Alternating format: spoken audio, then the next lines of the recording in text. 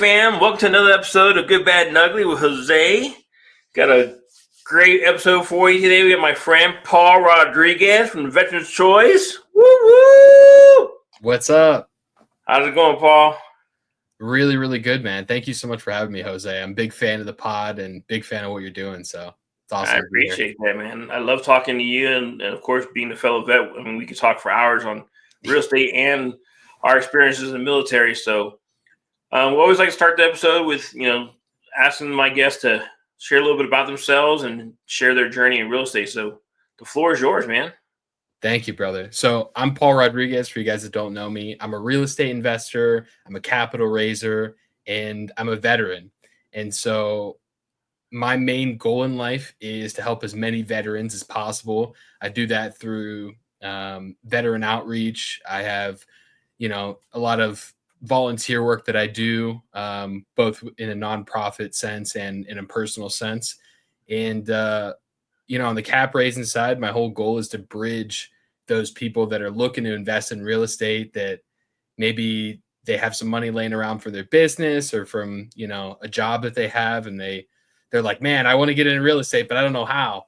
And I'm able to kind of bridge that gap and, connect those investors or wannabe investors into, some high performing real estate deals and give them some great returns. But a little bit about me. I am originally from Pittsburgh, Pennsylvania. I grew up in a family of 5 playing football. If you know Western Pennsylvania at all, it's a big, football centric kind of part of the country. Nobody wears black and gold there, huh? Yeah, black and gold, baby. Yeah, it's funny. I got my Steelers jersey over there from the game the other night. We unfortunately lost, but we're not going to talk about that. No. I joined the military right out of high school. Initially, my plan was to play football, and realized I was kind of buns at that, kind of cheeks, as the kids would say. Gotcha. Didn't get any offers, so I went the Air Force route and did security forces. I was in 7 years, and I was fortunate enough to kind of be stationed all over the place. I got stationed in South Carolina at Shaw for my first duty station, and then I went to Aviano, Italy for 3 years, and then I finished out the rest of my enlistment in Whiteman Air Force Base in Missouri. Oh, wow, middle of nowhere. Yeah, middle of freaking nowhere. Cold and snowy is what I call it. Yeah. So, I did the Air Force thing, and I was always kind of like around real estate, but I never knew a way that I could get into it because, I wasn't making that much money in the Air Force. Like, my paychecks were kind of a joke, if we're being honest. You mean people don't go in the Air Force to get rich? Nah, man. Compared to what, you might think, man. Maybe compared to the Marines or something, but, man, I'll tell you what, I was not rich while I was in the military. It's funny. My wife says it all the time. She tells everybody, she's like, I did not marry him for his money. So who knows of a E3 that's rich? Seriously, dude. Man, E3, I was eating noodles half the time. So yeah, right. I totally feel you. But yeah, man, I always wanted to get into real estate. I never had a ton of money, and the first time I actually got introduced to it, I had a supervisor. He was my staff sergeant. He was in charge of me. And he was like, hey, Rod, what are you doing this weekend? And I was like, nothing. And he was like, okay, cool. Show up at this address at 8:00 in the morning on Saturday. So I'm like, all right. But, in the military, when you're like an E2, you're like shaking at attention. You're like, yes, sir. What do you say, Sergeant? Yeah, Roger that, Sergeant. So, I show up at 8:00 and it's hot. It's one of those 100-degree plus days in South Carolina. Okay. And I show up and there's this raggedy ass house, man. I mean, this thing is like, windows falling apart, roofs caving in, foundations sagging. And I'm like, what am I doing here, Sarge? And he's like, you're going to learn how to take down, drywall, and you're going to, learn how to demo essentially the property. Okay. So I did that over a couple months, just over the weekends. Every free weekend I'd have, I'd go spend a couple hours with him. And eventually we got it to a point where, he got some subcontractors in there, fixed up the property, ultimately sold it.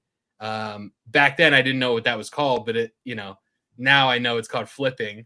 And he started this property, and I was just there for the learning aspect of it. And this was one of my mentors, so I learned a lot about the job off the job just by being around this guy. Right. And so one day I'll never forget it. Again, it was like early. This guy was like a morning guy. You could tell he was not an evenings kind of guy. And he knocks on my freaking my dorm room door at like 6:30 in the morning. And I'm like, oh crap, bro. Like usually when somebody's knocking at your door that early, you Not screwed good. up. Like you messed up, and the shirt wants to talk to you, or the commander wants to talk to you. And so he knocks on my door. I answer it. And he's like, here. And he just hands me a check. And I like look at it. It's a few $1,000. And I was just like, what the hell is this? Like, he's like, you helped me flip the property, man. You spent all those, weekends. You could have been out getting drunk and chasing girls and everything else, but you swung a hammer for free, and I want to repay you for that. And I remember I looked at that check, Jose, and I was like, wait, so I don't have to have like hundreds of thousands of dollars, to be included in real estate. And that was kind of like my first taste of it. And so I've been chasing that high ever since. And nowadays I'm connecting people, normal people like a doctor, people that maybe work a government job for a while, mailmen, like average people. I help them take their money and invest it in these big projects. And for me, it's going back to that time when I was just an E2 and I was swinging a hammer, and I finally got that check one day that I didn't think was coming. And I remember just feeling like so proud of myself. And so that's what I always try to do for our partners, is give them that same feeling of like, man, I could do this too. Yeah, and the crazy thing about it is it was a couple of $1,000 check. I mean, for you back then, that's like 2 months of pay, right? Yeah. I think at the time, dude, I think I was only making maybe $1,000 every 2 weeks. Like it was significant. Like it was probably 3 or 4 months worth of pay for sure. That's awesome. Yeah. So, I mean, you haven't always done capital raising. Share a little bit about what brought you, like, you went from that house, right, that you helped to a demo to, you, I believe, because I know you a little bit, right? Yeah. Some wholesaling, I think you did. You've invested in a little bit of multifamily. Just touch a little bit about that part of your journey as well. Yeah. So that house that I demo with my mentor was very very early in my career in the military. I think at the time I'd only been in maybe a year, and so I really didn't do anything for that from maybe that 6 or 7 year time frame. And it was mostly because I was overseas, and then COVID hit, and world just kind of got turned up on its head. But I learned about wholesaling in like maybe I think it was the end of 2022. So I mean, fairly recently. And I saw this video of this guy painted blue, and he was a genie, right? And he's talking about, oh, I can make all your dreams come true from real estate, and I could show you how to make $20,000 by, essentially selling a piece of paper. And I was so intrigued by it, but I was also very skeptical, as one might be. And I'll never forget, I was sitting on the toilet. It was like 4:00 in the morning. And I see that ad. It ends up being Jamil Damji. Okay. And Jamil's talking about how he's the wholesale genie and all this stuff. And I called my best friend, who was a real estate agent at the time, Mike Oakes, who's now my business partner. I gave him a call, and I'll never forget, I was on my way to work. It was like 4:30 in the morning. I gave him a call, and he's like, just waking up. And he's like, what's going on, dude? Like, everything okay? And I was like, bro, you're an agent. I got to talk to you about this right now. Like, what the fuck is wholesaling? Excuse my language. Like, what is wholesaling, bro? Like, tell me all about it. And Mike was a new agent, and he was like, I know a little bit about it, but he's like, let me talk to my broker. And so a couple days go by, or maybe a week or so, and then he gives me a call back, and he's like, hey, let's do it. And I'm like, what are you talking about? He's like, that wholesaling thing. Like, let's build a business around it. And I was like, oh crap, I didn't even think about building a business. I just thought about like just doing it. Yeah. And so we were able to do it, man. And my first deal we got in Kansas City, and Mike and I made like 10 grand on it. And I remember I was just like, I was staring at that check and I was like, holy crap, bro. Like I got that same feeling that I got whenever my supervisor was banging on my door at 6:30 in the morning, you know? And so that kind of led me down a path of just going 100% into wholesale, right? So I was doing that for the better part of 2 years. And we were fortunate enough to go to Squat Up Summit early of last year, and I got connected with a bunch of great people, and I met a bunch of people that were like raising money, a bunch of people that were doing multifamily, and I was able to use the connections from there to increase my wholesale business. And then while I'm wholesaling, you know, we're doing 3 to 5 deals a month. We're averaging like 15,000 per deal. I was like, this is freaking amazing. I'm so happy with this. And then regulations started coming down, right? They're like one of our best markets was Pennsylvania. And then they're like, hey, weird thing with the contract. Seller can back out at any time. They don't have to disclose a reason. And, you know, then South Carolina, was like the big one. And so I remember Mike and I, we just like put our heads together and we were like, all right, regulations coming down. Wholesaling might be a thing, but it's not going to be a thing forever. Right. Right. So we were like, how can we continue to be in real estate outside of wholesaling? Because wholesaling, like, yeah, you're kind of in real estate, but it's more marketing than anything else, right? Like you get something locked up under contract and you just have to market it really well to sell it. And so we just kept racking our brain. At first we were like, maybe I'll go and I'll get my realtor, you know, license as well. And we can both, you know, maybe open up a brokerage one day. I didn't know what to do. And then we were presented an opportunity by basically another wholesaler was like, hey, we have this multifamily under contract. You know, this could be a great opportunity. If you guys could help us find the money for it, you know, we'll give you a piece of the equity. Like you guys can own it. And I was like, okay, like I'm in, right? Deal ended up falling through. Didn't end up working out. They went with somebody else. But over probably 3 or 4 months, Mike and I just hammered it, bro. Like we were everybody that had money, we were talking to them. We were saying, here's our opportunity, putting ourselves out there on social media. And I learned so much through that failure of not being able to dispo that property, not being able to find the money for it. And at the time I was frustrated, dude. Like I wanted to quit. I wanted to give up. And but I wouldn't allow myself. That's just not my DNA. You know, no matter how much I wanted to quit, I didn't. And so what I learned was that I could do more than just wholesale. And so that bug was kind of planted for raising capital. Yeah. And so what I started doing was I just started talking to people that raise capital.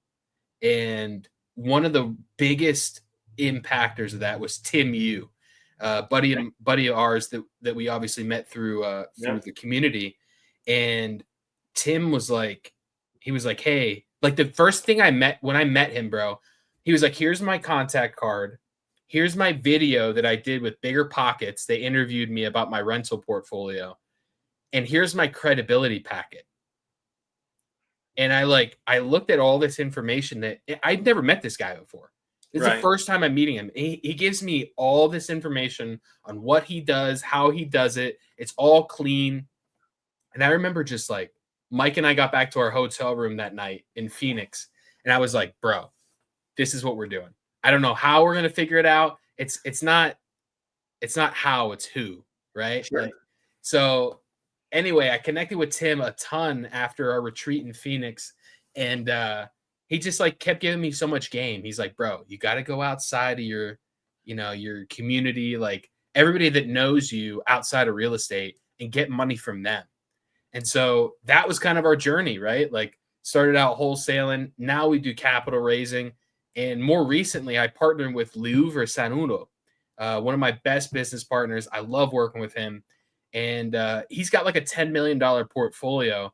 And he's kind of at a place now where he's like, listen, dude, I could I could keep flipping so that I could buy, right? So he would flip 2-3 houses to get enough capital to buy one, Sure. and hold it. And so he was like, if you could start getting me money for these deals so I don't have to flip and we can just focus on maybe doing like a private money partnership, PMP deal. Yeah. He's like, I'd be interested in that. And so that's been like my main focus, is just Sure. getting him money for his projects and buying everything in Houston, buying fourplexes.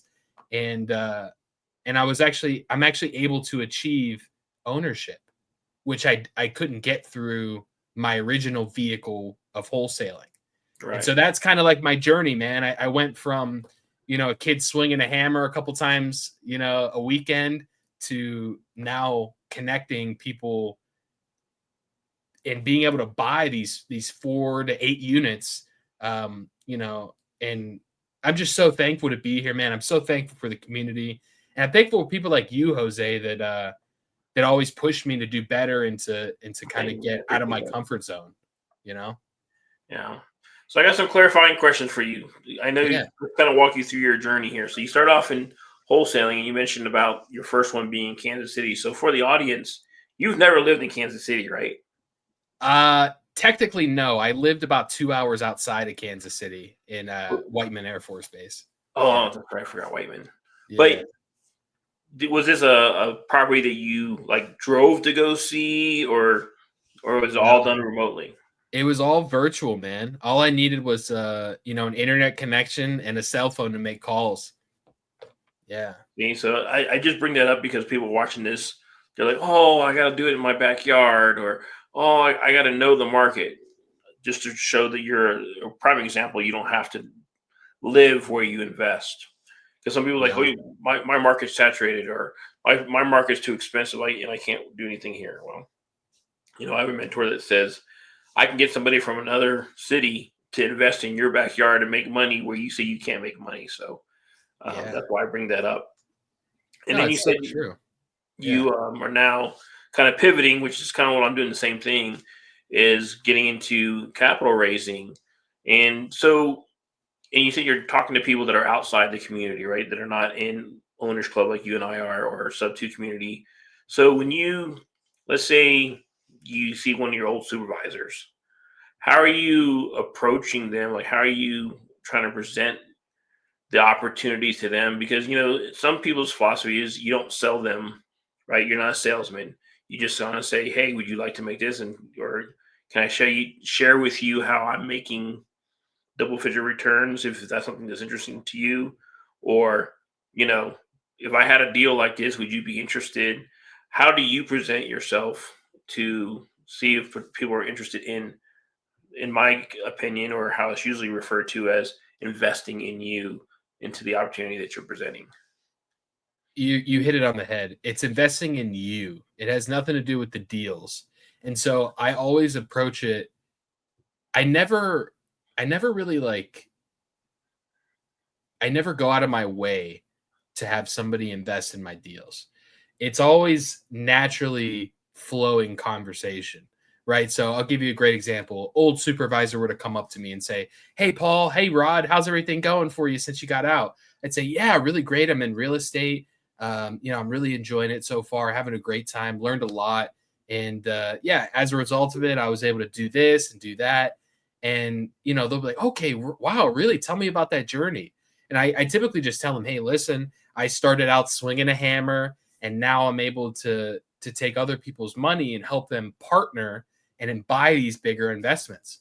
And typically that spurs conversation, right? That's kind of like opening up a story gap, so to speak, in our conversation.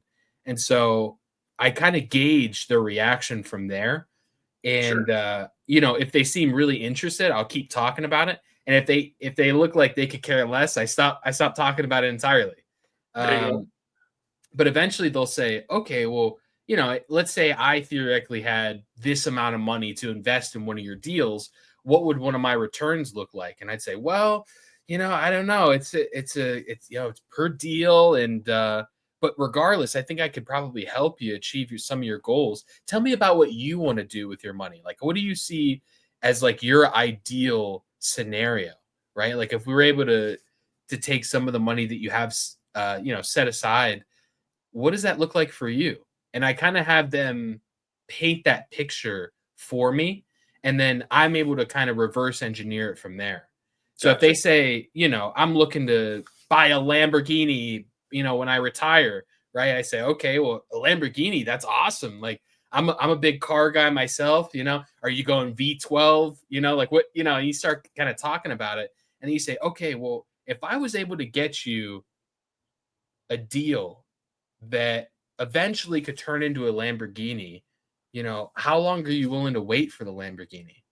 And that's kind of how I pivot them between being a private money lender versus being a private money partner. Like a lender is a short-term thing, right? They're Sure. they're looking for, hey, I'm going to invest X and I want Y return, right? Sure. Whereas a private money partner maybe doesn't need that money in the short term, and they're okay with parking their capital so that it grows over time. And so I'm able to kind of have them sell the opportunity to me why Right. they should invest with me as opposed to why I should take their money. Gotcha. I found that it's a lot easier because when I first started, it was like, yes, this is what I do. This is how I do it. And then everybody just kind of looked at me and they were like, okay, like, I don't really care, bro. Like, stop talking. It's all you talk about, like you're a one trick pony. But Right. nowadays I try to make it more of a conversation and just try to understand people's goals and what they want to achieve. And from there, I mean, you've already essentially got it.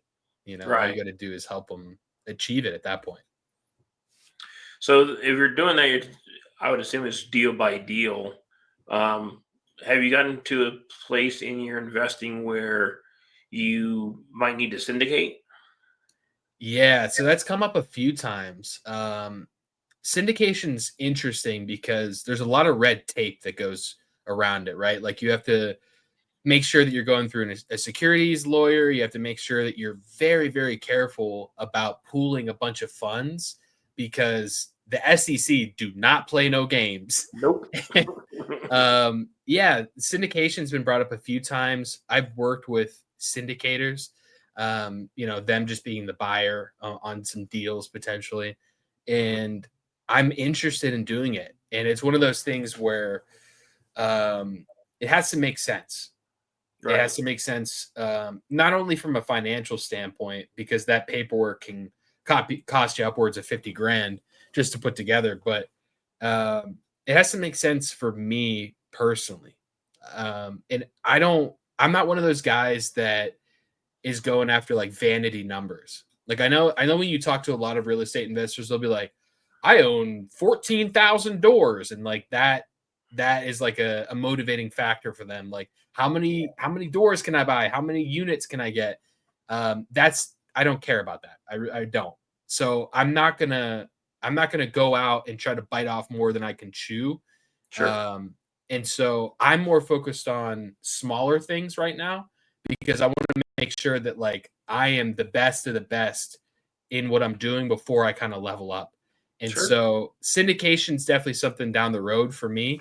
Um, but man, I'll tell you what, it takes a lot to make sure that all the like you need somebody's full-time job, getting paid a salary of six figures just to really make sure the syndication goes well. Yeah. And I'm just not at that place in my investment journey at the moment. I will be, because my goal eventually is to end homelessness in general.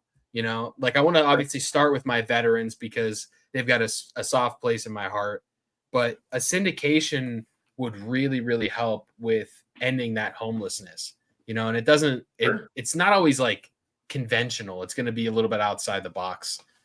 So syndication is something I'm interested in, and I would love to connect with some syndicators and people that are working on a fund Yeah. and kind of pick their brain and see where I can add value.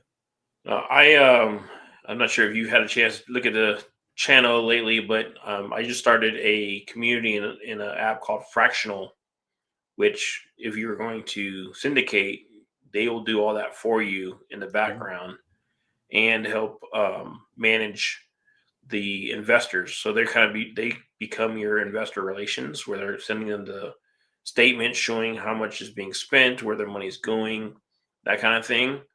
So I just the reason why I bring it up, I plan on inviting you and a lot of the OC members and some of my people from before, like in military time, into my community, so that when I have opportunities, because I remember back when I first started getting into real estate, I may have only had like $1,000 to invest, and you and I both know that a lot of these deals require like 50 to 100K to just to get your foot in the door, right? So the one thing I like about that is it allows the small guy who may only have a grand or two to invest to pull their money together, and now all of a sudden we went from 2 grand to maybe 100 or 200K, and now instead of getting not able to get a seat at the table, now we got to see the table, and we're getting preferred returns. So that's my goal. That's how I'm doing. I'm utilizing my capital raising is I'm creating that community, inviting my friends, right? Most of them are all be friends like you, and I say friends in quotes because if you weren't a friend before, you might become a friend, right? And then, what you call it? For example, I already talked to Michelle Basone, right? She has RV parks that she's buying into. Well, she has a fund, and she's like, if you invest in my fund, you invest in all my parks, not just one park, all of the parks. So I was like, oh my goodness, that'd be awesome to be able to raise money, put some money, park it in her parks because that's a big return. So that's what I'm figured I'd share with you in case that's something you wanted to do in the future. It's funny that you talked about your journey, but you haven't shared anything about Veterans Choice or the Round Table. Yeah. I know about you, so I'm gonna pull this out of you. Share a little bit about what you're doing on top of your investing, how you're sharing with others your knowledge and resources. Yeah, I appreciate you pulling out of me, bro. So Mike and I created a company, my partner Mike Oakes and I, we created a company called Veterans Choice Investments. And that was at the time, all our vision was making enough money so that we could have a bigger impact. And so we were just kind of doing our business, I guess, like offline is like the best way to put it. So we weren't posting any videos. We really didn't have a great social media presence. And when we went to our first retreat for Owners Club, they really stressed the importance of social media. Get your name out there. And we had already kind of started to take it seriously with Instagram posts and, changing my Facebook and all that kind of thing. And I really didn't know how we could make a bigger impact. And one of the best ways that we found eventually was through YouTube. And I feel like it really all kind of starts there. And so what we started doing is we would just record our meetings, right? And so, it'd be a couple of us, we'd be in there, talking about a deal and talking about maybe our mindset, whatever. And we just post it on YouTube. And then we would take clips from there, put it on social media. And we actually started like getting deals from that, which was crazy. Like we started getting wholesale deals. Like you said, when we were talking offline, like everybody has to know what you do. Everybody. And I'm not one of those guys that likes to like, I guess, shove it down people's throats, so to speak, or like forcefully give them what I do. But now I'm at a place where like, I don't even view it like that. I view it like, I just want to help as many people possible. And if what I do helps you, awesome. Like that's what it's there for. If you hate me and you never want to see one of my videos again for whatever reason, maybe you hate veterans. Maybe you hate America. I don't know. You don't want to see these colors, then great. Block me on Facebook. I could care less. So that was one of our biggest things is getting our name out there.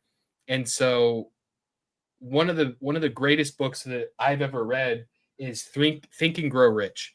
And in that book, they talk about creating your own mastermind, right? And that could be either in real life or it could be like in your head, right? So I'll give you an example of that. So a mastermind is typically comprised of like 6 people. Okay. And the reason why all those 6 people are put in the same place is because they're all very, very proficient at whatever they're doing. And so they're able to contribute to the group from the experiences and, all the hard work that they put in prior to becoming a part of this group. And so in that book, Think and Grow Rich, they talk about having kind of like your imaginary mastermind, right? And so they take prolific figures from history and they say, okay, um, Theodore Roosevelt, for example, an amazing US president. He did so many prolific things. And if I want to think like Teddy's got to be a part of my mastermind, right? I want to take everything that Theodore Roosevelt does or did and somehow reverse engineer it into what I'm doing, right? And a lot of times this is just like concepts or principles or maybe like rules to live by, so to speak. Sure. And so I remember after we read that book, I called Mike and I was like, we have to create our own mastermind.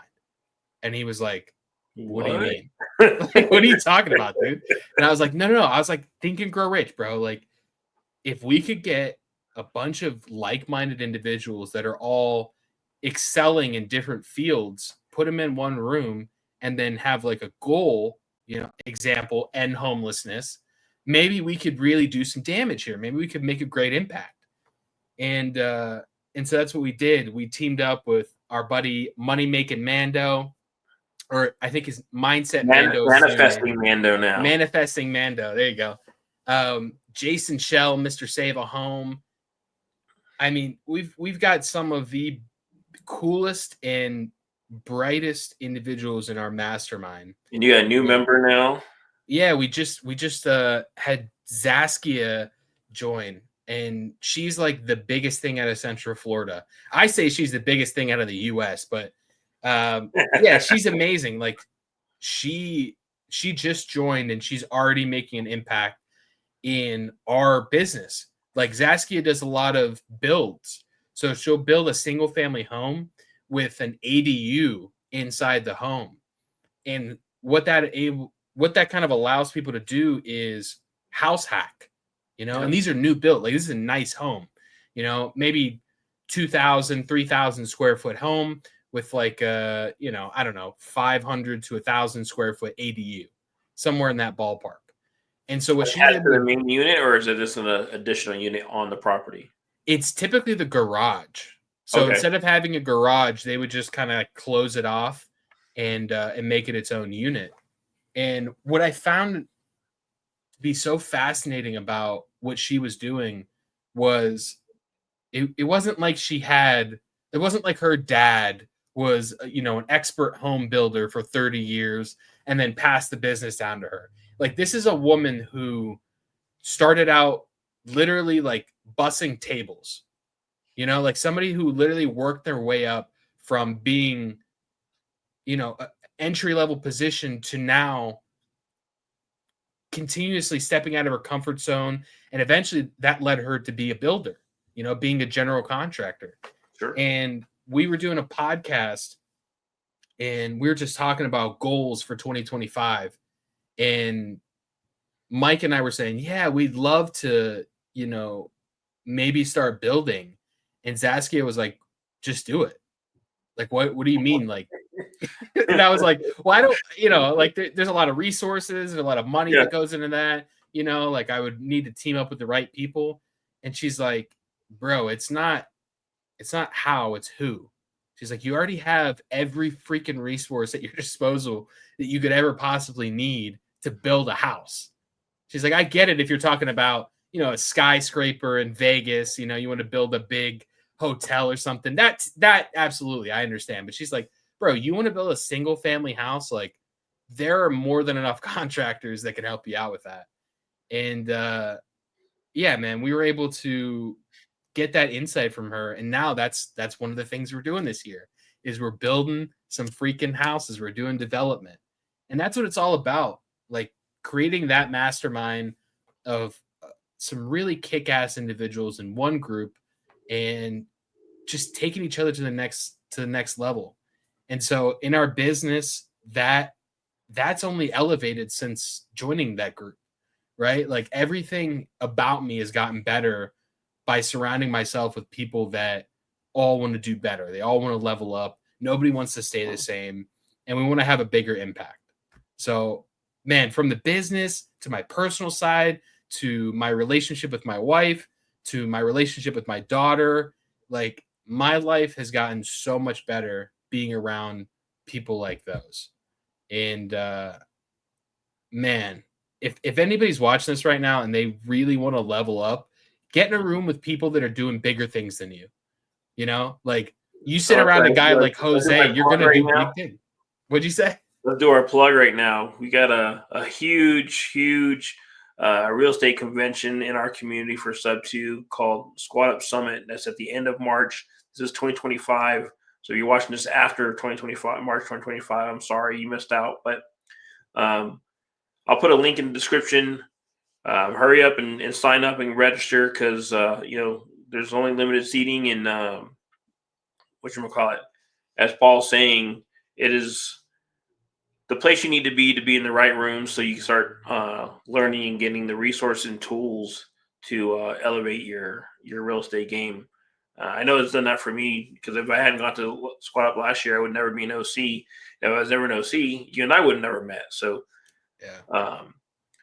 bidding yourself in the right rooms to give yourself the best opportunity for success is definitely needed. And for me, it all started at Squat Up last year. So, yeah. Same. There's my little plug.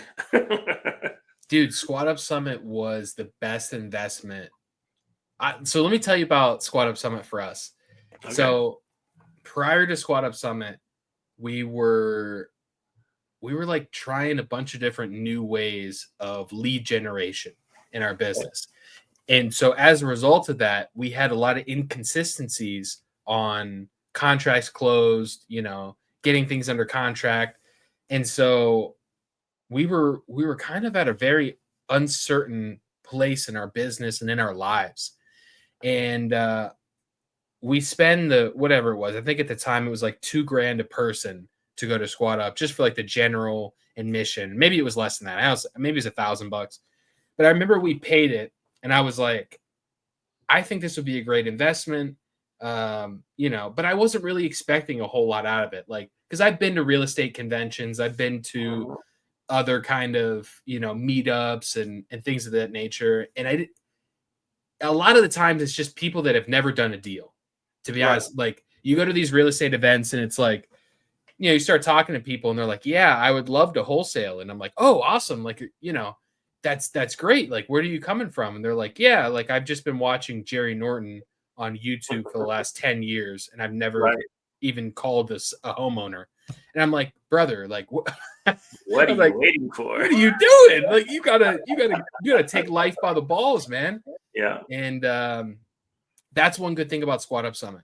A lot of the people that are in that room have done deals, or they at least have knowledge of deals because they're in a community of people that are doing deals. Right. So that's like a huge difference. So if you were to like compare it to like one of those ARIA meetups, right? Like I think it's like the Association of Realtors or whatever. You go to one of those events, you connect with these realtors, you have a great conversation, and then you find out that even though they're licensed, even though they show up to the office every day, Monday through Friday, 8 a.m. to 5 p.m., they've never done a freaking deal. Yep. They've never listed a property. They've never, they've never brought a buyer. They've never done anything. And I'm like, it just blows my mind. I'm like, what are you doing here, bro? And I remember I had that mindset of like, oh, I'm going to go to Orlando. I'm going to go to this Squat Up Summit and nobody's going to have done a deal. So I kind of came into it with a shitty attitude. Right. And I remember I got there and the first person I freaking talked to was Derek Smith. And he was like, shout out to Dangerous, man. But he was like, bro, he's like, you guys are going to level up here. And I remember just being like, okay, bro. Whatever. Yeah. And I walk out and I see Abraham Gray talking about a deal that he's buying in Georgia, right? Breaking it down for everybody.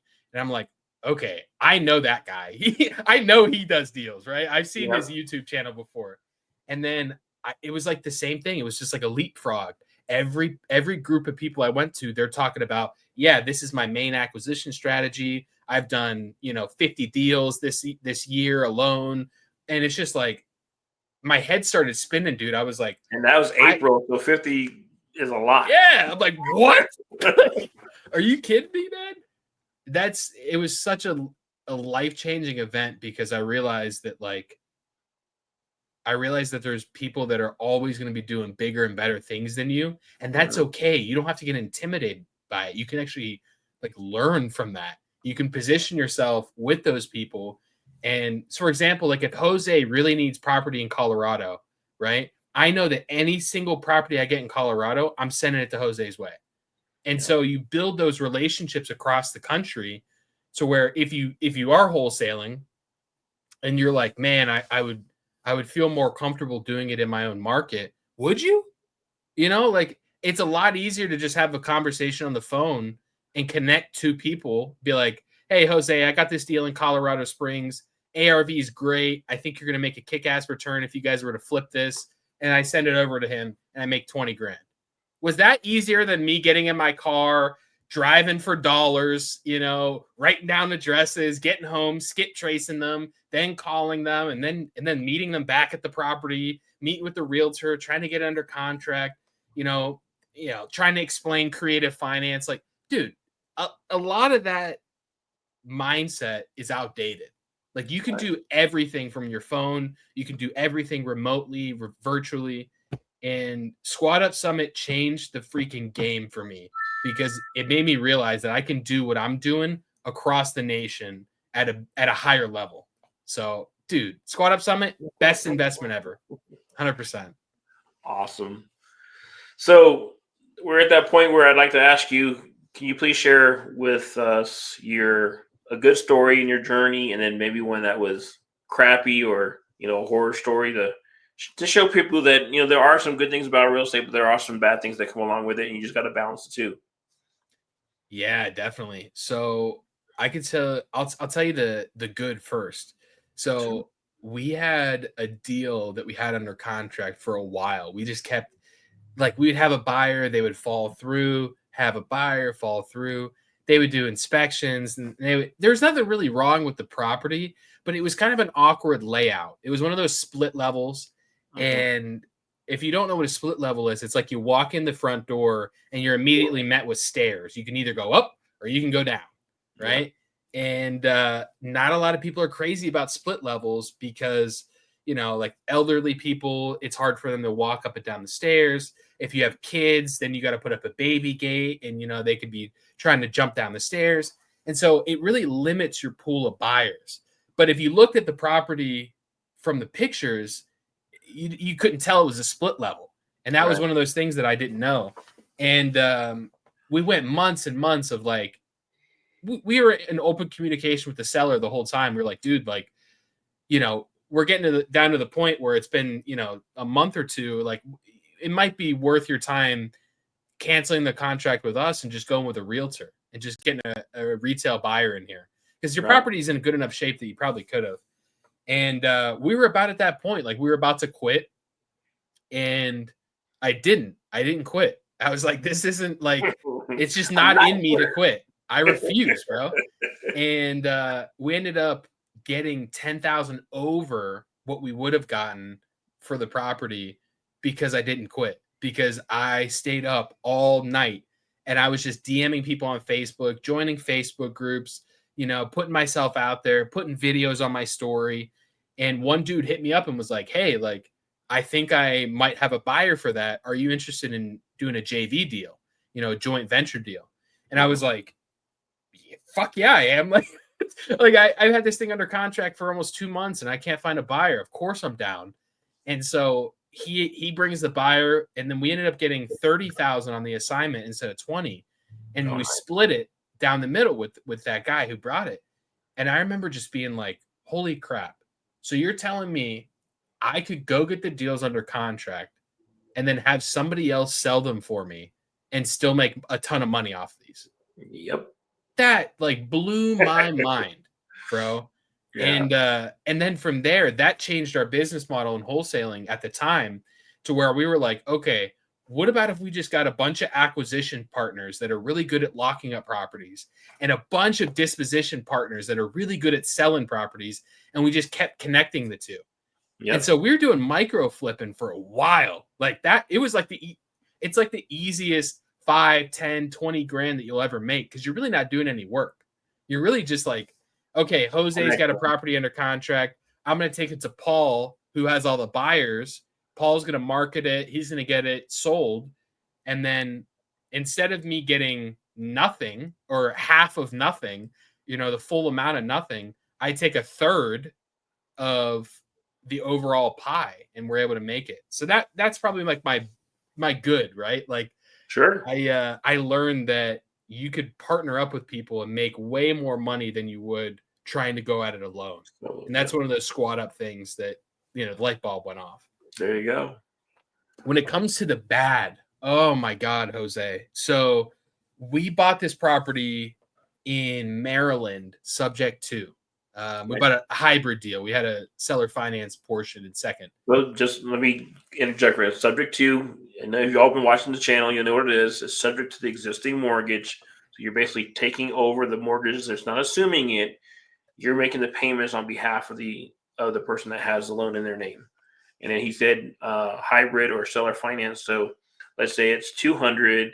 You buy it for 400. That extra 200K, you're actually having the seller finance that portion of it, so they become the bank, and you're making payments to the seller for that difference. So you're making the payment on the original mortgage, and then a payment to the seller for the difference of what you guys agreed to purchase the property on. Continue. I'm sorry. No, that was a great explanation. That's exactly right. So we get this property and we do exactly that. We were like, okay, they're in like a break even or like negative equity situation, but just kind of as a gesture of good faith, I'm going to pay them $5,000 or maybe it was $10,000 seller finance position. And that was kind of like me cashing them out of their equity in the property. And seller was super down. He was a buddy of they're both active duty. It was my general manager's supervisor, funny enough, in the military. Okay. So my guy had a staff sergeant that was about to PCS. He's about to change duty stations. And he had literally just bought the house, like not even 6 months ago. And they were at a great interest rate. They bought during COVID. It was like a 3.5% interest rate. And so I was like, this is a banger creative deal if we can get under contract. And so we ended up getting under contract. He was super, super down. And so we start marketing the property. And back then we didn't have a big buyers list or any JV partners that we could help with selling the property. So I was primarily doing it on Facebook, in Facebook groups. And so my GM and I were just posting constantly posting this property. And we found a buyer. And we explained to them, hey, listen, this is not a traditional mortgage. You're essentially making payments for the seller, at that same interest rate. So it saves you the convenience of having to go to the bank, having them go through all your financial documents, and essentially making you jump through hoops just to get a house. Right. And I was super motivated to help this buyer because they were an end buyer and they were buying for their child to get into a really good school district. And so like it checked all the boxes for me, dude. And I was super happy. I was like, I can get a kid into a great school district. I'm not going to beat them over the head on, PITI or what they would pay every month. We ended up selling it as a wrap to them. And if you guys aren't familiar with a wrap is, it's essentially just taking the existing terms of a property. So the interest rate, what you bought it for, the payment every month. And you just kind of take your own terms and wrap it around it. Right. So for example, if this one was 3%, I'll add an additional 2% onto it and I'll make 5%. Right. Or I'll make the 2% spread on the interest. And if the cash flow is $1,000, or my payment to the bank every month is $1,000, sell it to them for $1,500. Boom, I make $500 cash flow plus 2% on top of that money every month. So that's a wrap, right? We just take whatever is existing, wrap our terms around it, sell it to somebody. And so we bought this property sub-2 seller finance, and we sell it on a wrap to this couple that is looking to get their kid into the school district, right? And they're super happy about the property. And we get to the closing table, and they're like, we don't have enough money for this.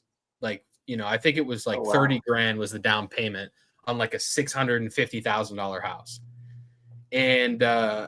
And so I explained to her, I was like, listen, like, this is one of the very first things we talked about. Like, you can't get into this property zero down. Right. So if this isn't for you, I can find you another house that would be in the same school district, get your kid in that. But, this doesn't seem like it would be a good fit for you. And I remember we went back and forth with title about how we could essentially make it work. And the solution that we came up to was we just take a smaller assignment fee and we just kind of take the loss on it. And I was cool with it. I was like, we're helping this kid, we're helping the family. This is in line with my morals. Like, I feel comfortable doing this. And so we did. We took a hit on it. And I think we only made 10 grand on the assignment when we should have made 30. And so we get him in that property, and I'm thinking the worst is behind us, right? We closed on it. They agreed to the terms. I don't have any responsibility for the property anymore. And so Mike and I were really happy.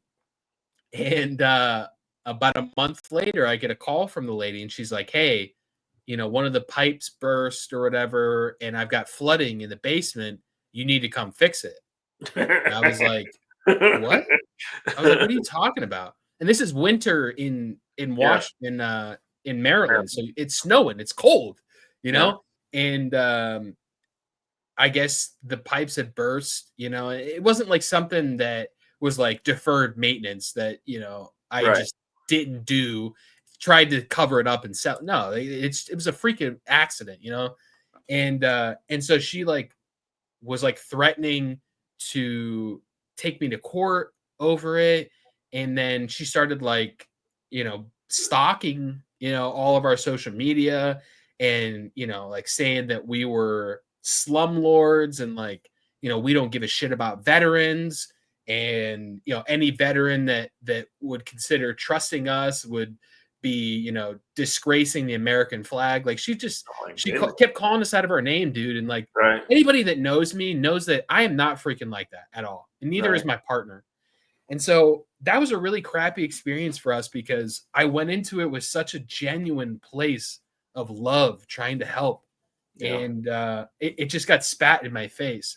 And so this went on for months, her harassing us, sending us texts, emails constantly. And then she would call us from other numbers and say she's going to. And here's the thing. I at one point, I got so frustrated with this lady, Jose. I was like, if you're going to take me to court, here's my lawyer's number. Stop freaking calling me. I'm done. I'm not going to go back and forth with you. I've done nothing wrong. And if you want to be shitty for no reason, that's on you. And so that's what I did. I gave her my attorney's number, and I blocked her on everything. I stopped responding. And dude, I get a call from the mortgage servicing company. And for anybody watching, that's the company that essentially makes sure the payments get made every month, right? So the person that bought the property makes their payment to that servicing company, and then the servicing company pays the original mortgage, they pay the original lender, and then they pay me whatever's left over. I get a call from them one day, and they say, hey, she doesn't want to make her payment. We need to revise the terms. We need to understand if she does default, how this would all play out. And wait a minute, I was like, did you not have that in your contract? What would happen? No, it was, Okay. but they wanted to get a very clear understanding of it before, they had to kind of go through the whole process. And so I told them, listen, written in our contract, if they deviate from payments or they default after 30 days, it's ours. We keep all the money that they invested in this. This is something that we explained before we got under contract. This is something we explained before closing. This is something we explained at closing. This is something that was well known. And we made sure we put an addendum in there that states just that, because I don't want you to feel like I'm trying to take advantage of you, right? They have the initial, right? Exactly. They called it, yeah. They signed right under it. So like I told the servicing company, I was like, listen, like I'm willing to work with them. Like if they're behind on, maybe they lost their job and they're not able to make the payment, I can pay the PITI until they get back on their feet. Like Jose, I'm literally like trying to work with this lady, telling the servicing company all this stuff. And basically what we found was that she just didn't want to pay it because of that pipe scenario. She had to fix something on her property and wanted me to pay for it. And because I wasn't willing to pay for it, she wasn't willing to pay her mortgage. And so they just explained to her, they're like, listen, ma'am, like that has nothing to do with him. He's not your landlord. If you don't pay this property or, the note, it's theirs. Simple as that. Like, I don't know how else to put it to you. And so that went on of like her not wanting to pay for like a couple months. And so did she not pay, or she not wanting to pay, but she did? She not wanting to pay. Okay. So they had her, she was still making payments, but she like kept threatening, oh, I'm going to stop making payments. I'm going to, you got to come fix this, blah, blah, blah. Yeah. And eventually just got to a point where I called my lawyer and I was like, hey, listen, you need to put a cease and desist on this lady. I don't want to talk to her anymore. I have no reason to talk to her anymore, and I only did that because one of my friends was like, dude, she's trying to take advantage of you, of your big heart. Harassment too. Yeah, and she's harassing the shit out of you. Like, what? Just cut her off. And, that was one of those scenarios where I had to grow as a person and kind of take the good with the bad, right? Yeah. Like, it's okay to have a big heart. It's okay to want to help people, but that leads you down a road where people are going to try you and they're going to try to take advantage of you. And once I did that, once I had my lawyer send her the thing, never heard from her again. And it was that easy, but I didn't know that. If I wasn't in the right room, I didn't meet the right people at Squad Up Summit. Like it all comes full circle. Full circle, yeah. And so that's my example of something bad that I took some good away from it for sure. That's awesome, man. Well, let's get into the time to say goodbye. We're at the end of the episode. I don't want to be very we call it honoring of your time or good steward of your time. So, if everyone stayed to the end of this video and wants to partner with you, whether it be PML or PMP, or just want to follow you, see how your journey's, gone from here, how do they reach out to you? How do they partner with you? How do they get in touch? First of all, follow me on Instagram. It's literally right here at Paul's Investing. You could DM me. You could make a comment under my post, whatever. Get connected with me on there. My name is Paul Rodriguez. I'm on Facebook. Really common Latino name, so you'll probably have to find it through my Instagram. But yeah, on all platforms, I'm at Paul's Investing, TikTok, Instagram, and shoot me a message. And I'm happy to help with whatever I can. And if you're an individual that is successful in your business or at your job, and you want to actually start making your money work for you, as opposed to you working for the money, I'm your guy, and I'd love to help you with that transition. Awesome. Well, Paul, as always, it's been a pleasure, my friend. Unfortunately, I won't be able to see you until March of this year, right? Because that's what Squad Up Summit is. But hopefully, we'll definitely be in touch between now and then. Thank you for your time. Thank you for sharing your story. I'm sure everybody can learn from you. Hopefully, this will help bring you some an audience to you, to your owners club roundtable, Veterans Choice, and let's see what else. I'll help you meet your 2025 goals, right? Yes, sir. We are ending homelessness. There you go. Together. Together. So on that note, fam, it was great. We'll see you on the next episode. Take care.